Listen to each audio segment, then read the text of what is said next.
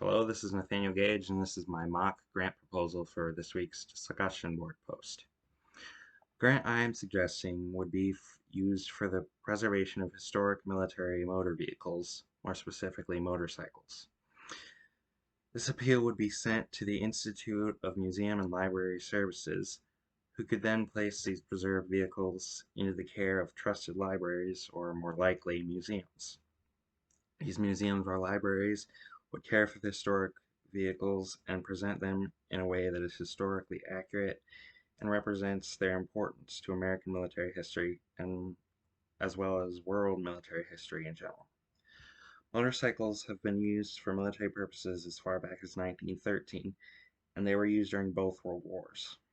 Anything having to do with either of the two world wars is both interesting and important, and is bound to draw attention from someone somewhere.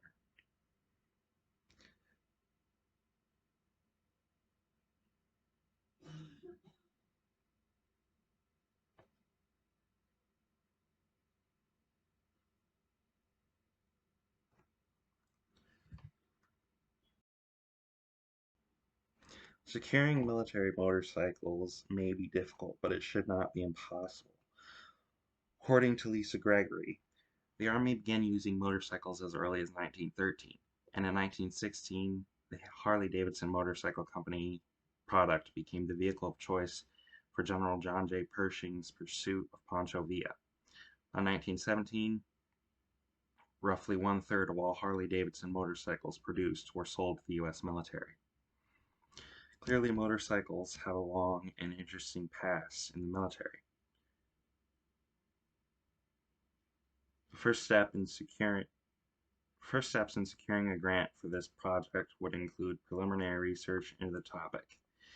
It would also be beneficial to secure some historic military motorcycles, such as the folding scooter described by Gavin Birch, British wartime 98cc Excelsior well bike with Villiers Junior Deluxe horizontally mounted engine.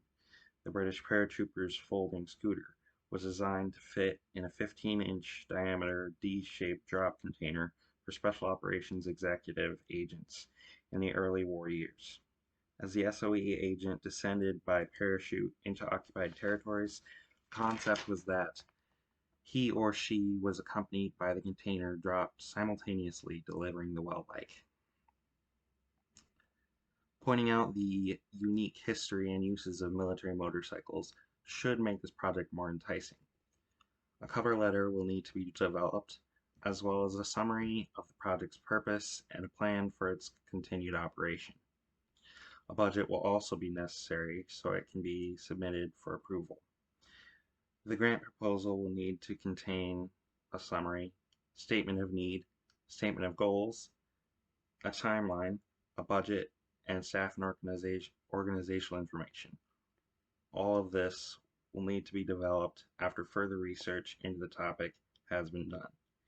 It will need to be determined where retrievable pieces are located, how much it will cost to obtain and maintain them, and how long it will take. Finally, the application process itself will have to be completed. Um, Military vehicles are probably many of them are considered to be collector's items. They're,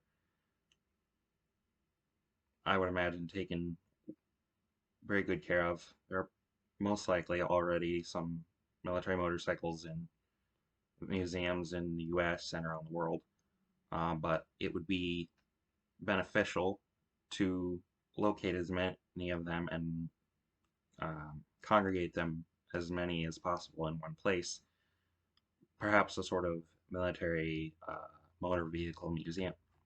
Thank you.